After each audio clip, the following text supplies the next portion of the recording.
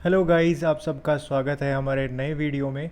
इस वीडियो में हम देखने वाले हैं एशियन मैकेनिकल 2018 का पेपर जो कि आरवीएनएल ने कंडक्ट कराया था, उसका फाइनल पार्ट नंबर 6।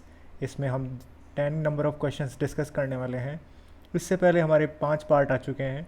उसकी मैंने एक प्लेलिस्ट भी बना रखी है आरवीएनएल एशियन मैकेनिकल पेपर के नाम से।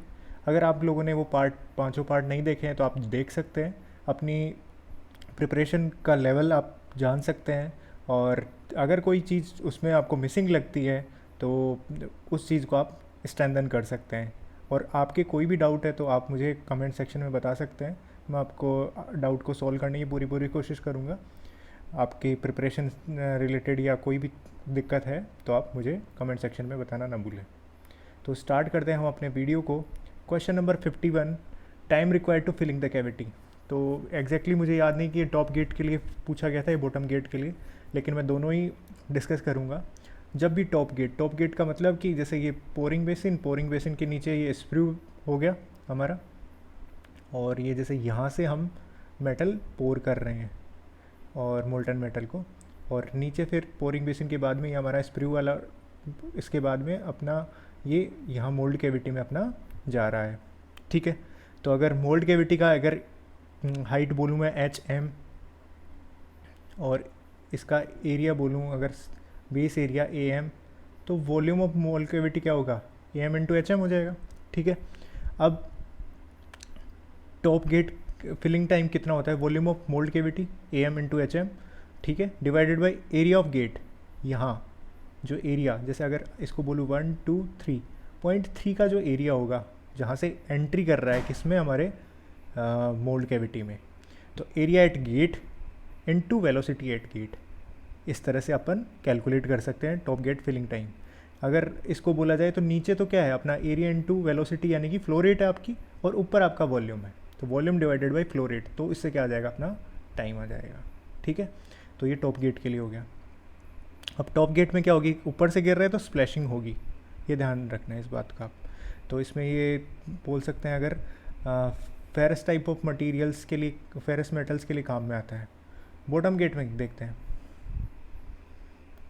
बॉटम गेट में फिलिंग टाइम क्या होगा, ये अपन इंटीग्रेट करके निकालते हैं। जैसे ये अपना यहाँ से, एक मिनट, यहाँ से बॉटम गेट का ये हो गया,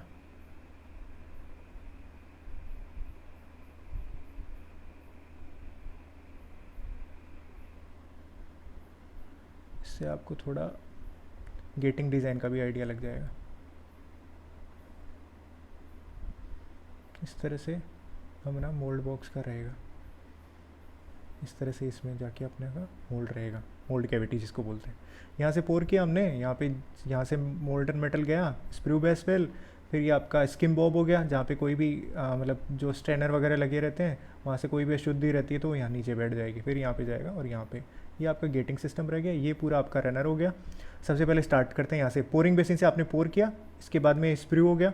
स्प्रू में ये चोक एरिया भी बोलते हैं, जहाँ पे क्या है स्पीड बढ़ जाती है आपकी और प्रेशर कम हो जाता है, और तो इससे प्रेशर अगर एटमॉस्फेरिक से कम हो जाए तो बाहर से एयर इनग्रेस करने लगेगी, इसको एयर एस्पिरेशन इफेक्ट भी बोलते हैं। ठीक है, तो फिर इस तरह से क्या होगा कि यहाँ से जाएगा रनर से गेट के थ्रू मोल्ड कैविटी। तो उसको कैलकुलेट करने का फॉर्मूला होता है, अगर हम लिखना चाहें तो, थोड़ा मैंने यहाँ नोटेशन की प्रॉब्लम है, बाकी कुछ नहीं है। Twice of area of mould into, अभी देखो नीचे भी देख लेते हैं,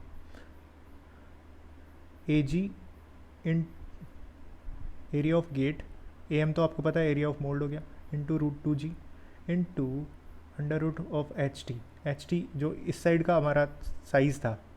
मतलब कि अगर हमारा पोरिंग बेसिन से लेके स्प्रू बेस वेल की जो हाइट है उसको HT बोल रहे हैं, minus square root of HT minus HM तो हमारी टोटल हाइट हो गई, HM अपनी उसकी हाइट हो गई।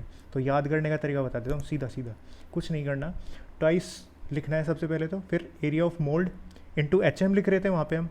अब उस HM की जगह, मतलब अगर जब टॉप गेट की बात करें उसकी जगह करना ब्रैकेट में under root of HT minus under root of square root of HT minus HM, इस तरह से लिखना है।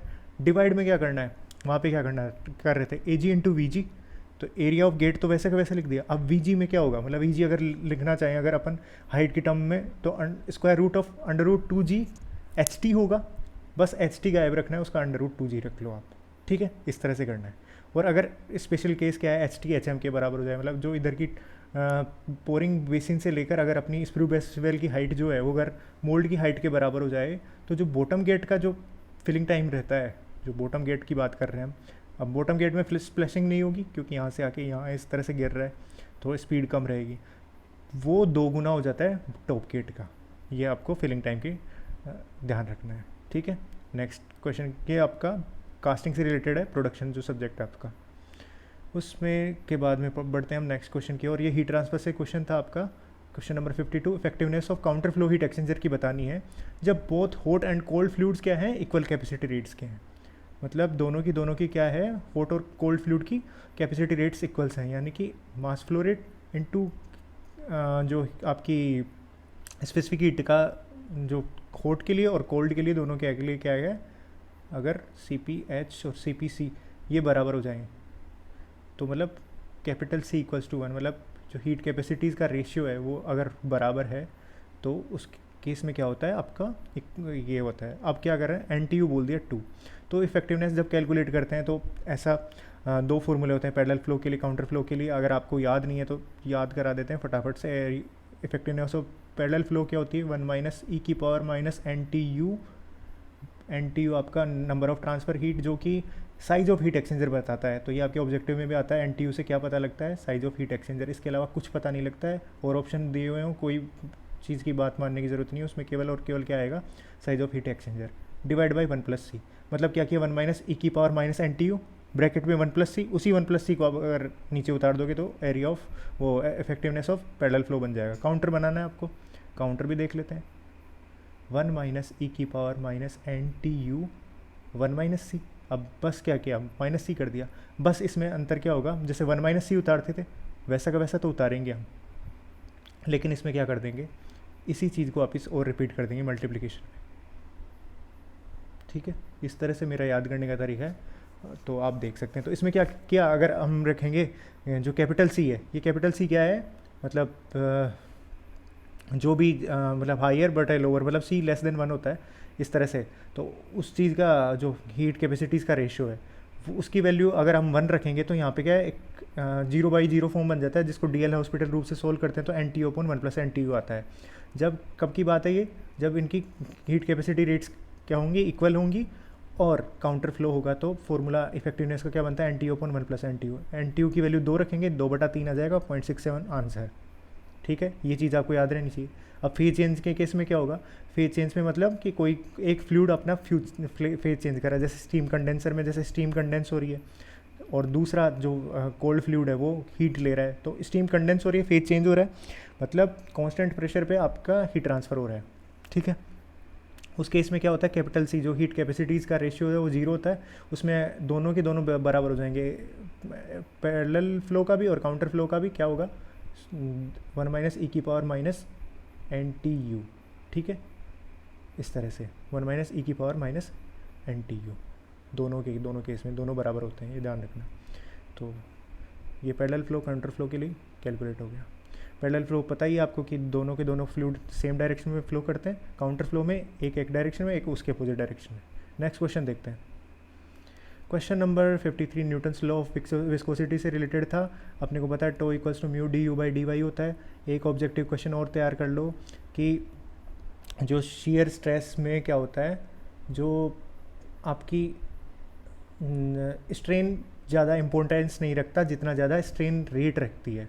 एक ESC का ऑब्जेक्टिव है, मतलब कि जो अपना शेयर स्ट्रेस जब कैलकुलेट करते हैं तो जैसे अपन शेयर स्ट्रेन कैलकुलेट करें उससे इतना ज़्यादा मतलब रेट ऑफ डिफॉर्मेशन ज़्यादा मतलब प्रायोरिटी दी जाती है, जस्ट अपन स्ट्रेन निकालें उससे ज़्यादा, तो रेट ऑफ डिफॉर्मेशन की ज़्यादा मतलब प्रायोरिटी होती है, एक तरह से बोल सकते हैं, ठीक है।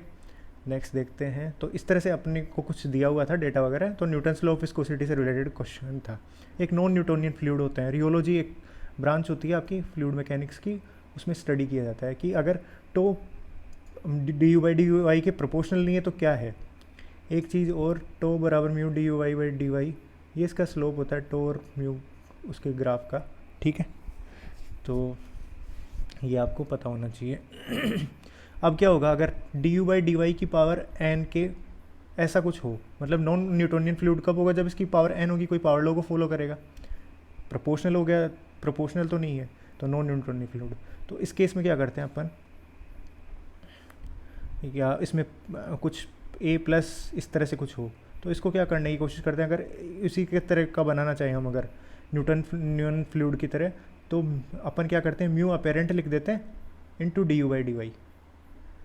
तो इसमें क्या है, म्यू अपेरेंट में क्या हो गया आपका, जो आपका वहाँ क्या था, म्यू इंटू du/dy की पावर n हो गया, यहाँ पे n-1 हो गया, 1 से 1, तो वैसा का वैसा ही बन जाएगा। तो म्यू अपेरेंट लिख लिया इसको, इस टर्म, तो एक तरह से वैसा का वैसा ही बन गया, न्यूटन फ्लूइड जैसा, वैसा ही फील आ रहा है।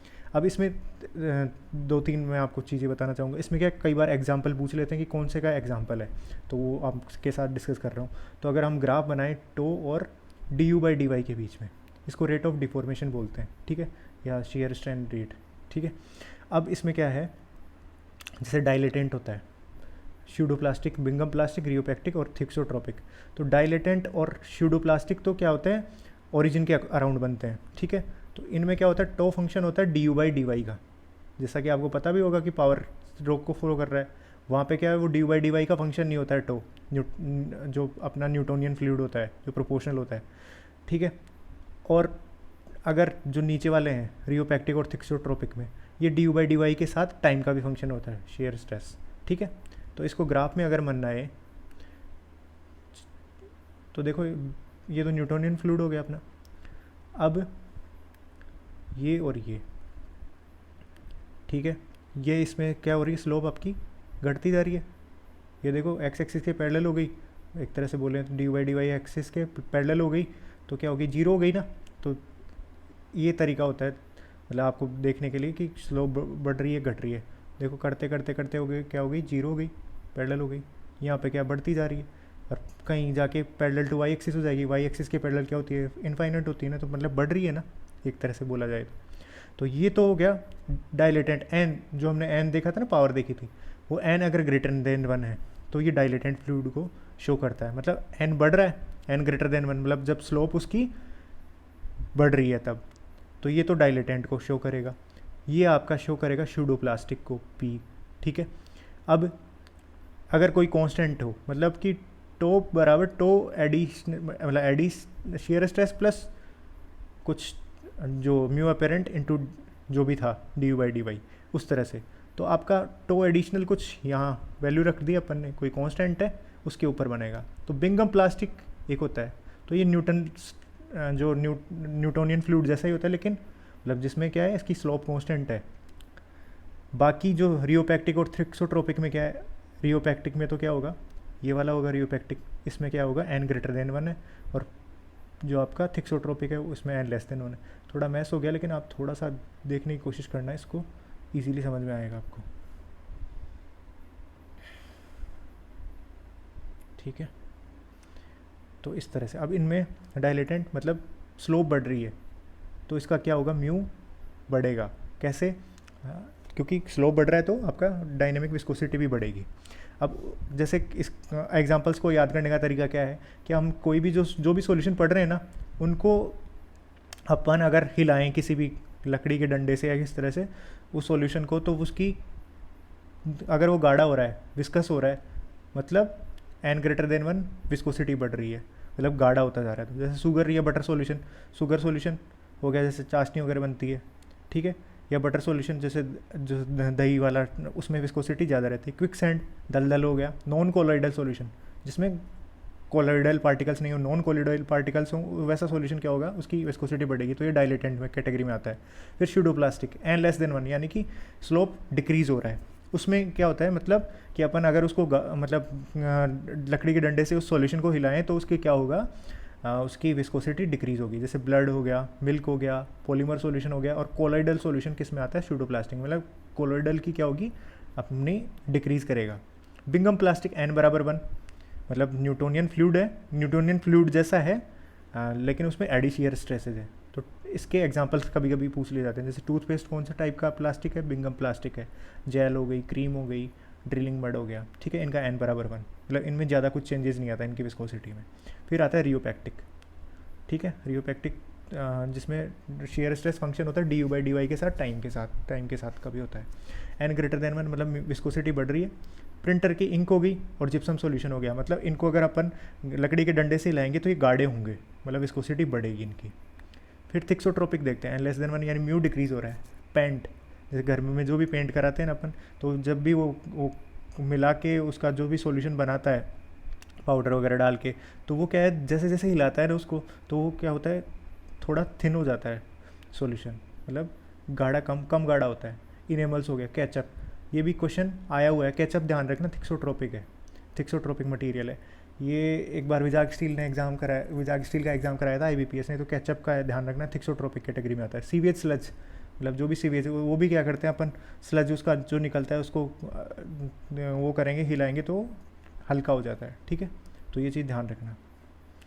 वीडियोस थोड़े बड़े हो जाते हैं लेकिन आपको पूरा डिटेल एनालिसिस मिलेगा, और क्या पॉसिबल क्वेश्चन है वो भी मैं बता दूँगा।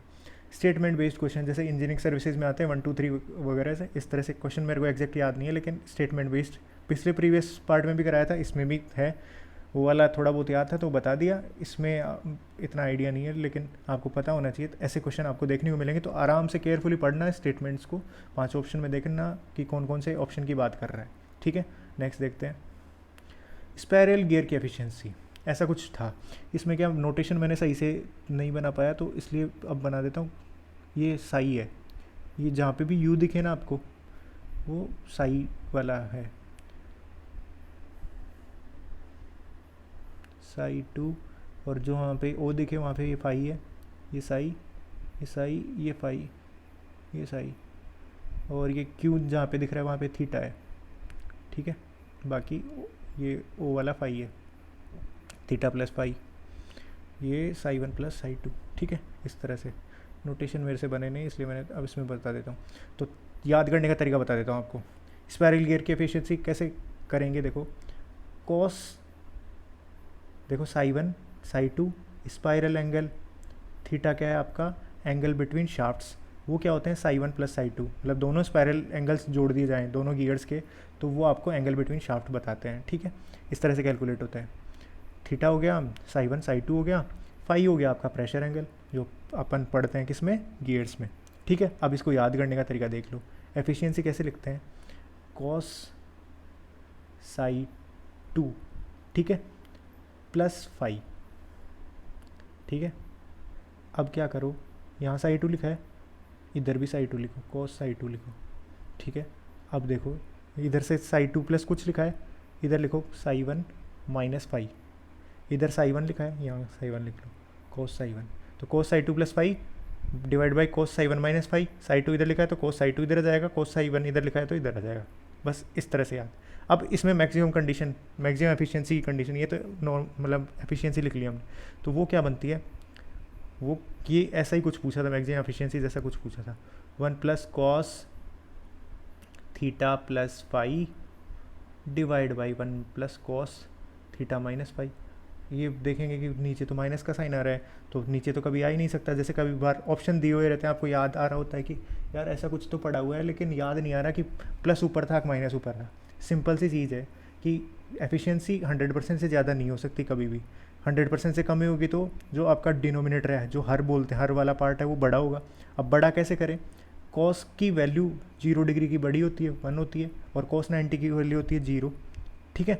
तो कॉस की जितनी वैल्यू कम रहेगी, तो थीटा माइनस फाई मतलब कुछ कम हो रहा है, तो जितनी वैल्यू कम रहेगी वो चीज़ क्या है कि आपकी डिनोमिनेटर में आ गई, और न्यूमरेटर में आपकी ज़्यादा वाली चीज़ आ गई। कॉस के साथ जितना एंगल बड़ा होगा वो चीज़ उतनी कम होगी, तो कम बटा ज़्यादा, यानी एफिशिएंसी बन गई। इस तरह से याद करना है।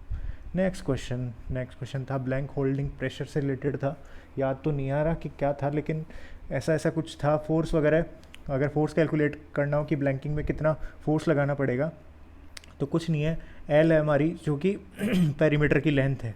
जैसे कोई भी अपने को काटना है, कोई सर्कुलर कट लगाना है अपने को, तो इसकी पेरीमीटर कितना है, पाई इंटू डी हो जाएगा, अगर इसका डायमीटर है तो, या 2 पाई आर बोलते हैं, तो जो उसकी सरकमफेरेंशियल लेंथ है वो लेंथ इंटू उसकी थिकनेस, मतलब कुछ मोटाई होगी टी, मतलब कुछ मोटा होगा, into shear stress, basically force क्या होता है, शेयर स्ट्रेस इनटू एरिया, तो एरिया ही निकाला है। एरिया क्या बोला हमने कि सरकमफेरेंस लेंथ इनटू उसकी थिकनेस इनटू टाउ, तो वो फोर्स आ जाएगा अपना।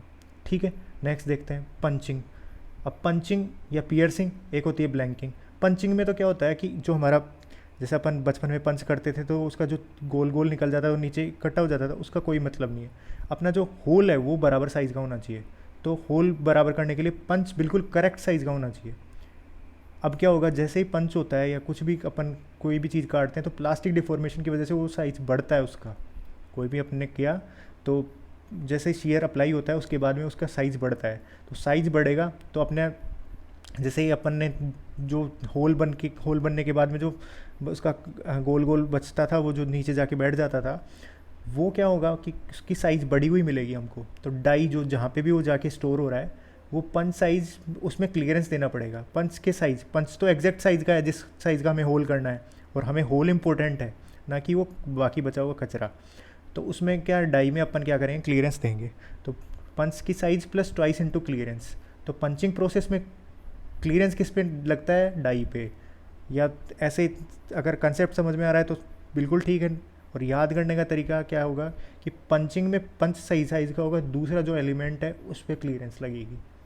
बस कंसेप्ट समझ में आ जाएगा तो आपको ये पता लग जाएगा कि भाई जो होल के बाद में जो कचरा था वो बड़ी साइज़ का होके निकलेगा, तो अपने को डाई को थोड़ा बड़ा रखना पड़ेगा कि पंच की साइज़ से थोड़ा सा बड़ा होके निकलेगा। कि पंच साइज़ का तो उसने होल कर दिया उस साइज होल के बराबर, फिर उससे बड़ा होके निकला तो ट्वाइस ऑफ क्लियरेंस जुड़ जाएगा। ब्लैंकिंग में क्या होगा, ब्लैंक जो मतलब अब जो जो कचरे वाला पार्ट था, ब्लैंकिंग में क्या होता है, जो वो क्या है, वो हमारी काम की चीज़ है। ठीक है, जो जो कागज़ का टुकड़ा या जो भी पार्टिकल अपने काटा वो बन के आया, वो एकदम साइज ऑफ प्रोडक्ट होना चाहिए। तो डाई हमारी एग्जैक्ट साइज़ की होनी चाहिए। अब क्या होगा, अब कट के आएगा तो उसकी प्लास्टिक डिफॉर्मेशन की वजह से क्या होगी, साइज़ बढ़ेगी। तो उसके लिए क्या करेंगे, पंच में क्लियरेंस देंगे। पंच में क्लियरेंस कैसे देंगे कि डाई अपने को प्रोडक्ट एकदम एग्जैक्ट साइज़ का चाहिए। तो क्या करेंगे कि पंच में इस तरह से सिस्टम करें कि हम पंच पे क्लियरेंस ऐसे दें कि साइज़ तो बढ़ेगा, तो पंच की साइज़ से थोड़ा सा कम कर दें उसको। मतलब पंच इस हिसाब से बने कि डाई की साइज़ से ट्वाइस टाइम ऑफ क्लियरेंस कम कर दें उसको, पंच की साइज़ को। तो ब्लैंकिंग प्रोसेस में क्लियरेंस कहाँ लगेगा, पंच पे। वो कितना लगेगा, डाई की साइज़ में से आप ट्वाइस ऑफ क्लियरेंस घटा दो। ठीक है, तो इस तरह से। नेक्स्ट देखते हैं क्वेश्चन नंबर 57।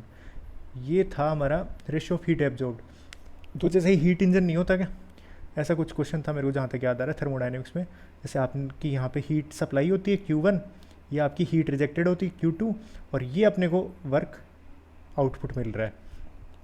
तो इसमें ऐसा कुछ पूछा था कि भाई अगर हीट रिजेक्टेड है वो उसका रेशियो कितना है हीट एब्जॉर्ब से, या मतलब ऐसा ही कुछ था। तो मतलब एक तरह से Q2/Q1 इस तरह से कुछ रेशियो पूछ रखा था। कुछ नहीं करना कि W तो क्या होता है अपने को पता है कि हीट जितनी एब्जॉर्ब हुई और माइनस ऑफ हीट रिजेक्टेड। ठीक है, अगर W अगर दे रखा हो तो। और तो अगर Q2 निकालना है तो Q2 क्या हो गया, Q2 यहाँ से चेक करेंगे तो क्या आ जाएगा, Q1 - W। अगर अपने को W दे रखा है और अगर इसका रेशियो निकालना है किसके साथ, हीट एब्जॉर्ब के साथ, तो Q1 - W/Q1, तो 1 - W/Q1। ठीक है, तो आपको इस तरह से निकल जाएगा रेशियो। नेक्स्ट देखते हैं। नेक्स्ट क्वेश्चन था कुछ हाइड्रोजन से रिलेटेड। तो ये हो सकता है लाइटेस्ट एलिमेंट पूछा हो, या अपनी जैसे जो RAC में रेफ्रिजरेंट का नोमेनक्लेचर पढ़ते हैं उसमें हाइड्रोजन कोई दे दिया होगा कि कोई जैसे R123 इस टाइप में। तो इसमें पूछ लिया होगा कि नंबर ऑफ़ हाइड्रोजन कितने हैं। नंबर ऑफ़ हाइड्रोजन तो अपन एक ज़्यादा लिखते हैं तो हाइड्रोजन कितने हो जाएंगे, एक हो जाएगा, इसमें 2 - 1 हो जाएगा। इससे रिलेटेड कुछ क्वेश्चन था, मेरे को एग्जैक्ट याद नहीं है। नेक्स्ट देखते हैं क्वेश्चन नंबर 59, ग्राइंडिंग स्पीड से रिलेटेड था। ग्राइंडिंग व्हील का डेजिग्नेशन हम सबसे पहले पार्ट में देख ही चुके हैं, और बाकी ग्राइंडिंग स्पीड से रिलेटेड कुछ क्वेश्चन था। तो आप जैसे V = R⍵, या इस तरह से सरकमफेरेंशियल स्पीड, या ओमेगा अगर व्हील का दे दिया, ऐसा कुछ पूछा हुआ था। ठीक है, तो उससे रिलेटेड क्वेश्चन था। नेक्स्ट क्वेश्चन ये था पंप से रिलेटेड। तो पंप की एफिशिएंसी हो गई, या कुछ पंप का टाइप हो गया, रेसिप्रोकेटिंग पंप होता है या जो भी टाइप है, तो सेंट्रीफ्यूगल पंप वगैरह, तो उनका बेसिक आइडिया आपको पता होना चाहिए। ठीक है, तो ये आपका पार्ट नंबर 6 हो गया जो फाइनल पार्ट था। इतने 60 नंबर ऑफ क्वेश्चन आए थे, ईच क्वेश्चन 2 नंबर का था आपका। तो आई होप आपकी तैयारी बहुत अच्छी चल रही है, आप रिवीजन कर रहे होंगे बहुत अच्छे तरीके से। तो जितना आपने पढ़ लिया है उसी को रिवाइज़ करते रहिए बार बार, और कुछ नया मत पढ़िए वैसे तो, क्योंकि अब लास्ट टाइम है। तो जितना पढ़ लिया उसका रिवीजन कर लीजिए, और कोई भी पार्ट आपको कमज़ोर लगता है जो आपने एनालिसिस किया कोई टेक्स्ट बुक से या किसी से जहाँ से भी आपने टेस्ट दिए हैं, तो वो पार्ट आप पढ़िए और अच्छे से एग्ज़ाम दीजिए। पेपर बिल्कुल नॉर्मल रहेगा, JEN AEN दोनों के लिए। तो बस कूल एंड काम माइंड रखना है उसके लिए। क्योंकि क्या है, क्वेश्चन तो क्या है इजी रहेगा, लेकिन जो 5 ऑप्शन है ना वो आपकी डिफ़िकल्टी बढ़ाएंगे। जब आपको कन्फ्यूजन होगा कि ये ऑप्शन होगा या ये ऑप्शन होगा, तो वो चीज़ आपको कंसिडर करते हुए चलनी है, और आराम से, बड़े आराम से, इत्मीनान से पढ़ना है और क्वेश्चन अटैम्प्ट करने हैं। ठीक है, तो इस वीडियो को अंत तक देखने के लिए धन्यवाद। और अगर आपने इस चैनल को सब्सक्राइब नहीं किया है तो सब्सक्राइब करिए, जिससे कि आपको नए नए वीडियोज़ और अपडेट्स मिलते रहें। धन्यवाद।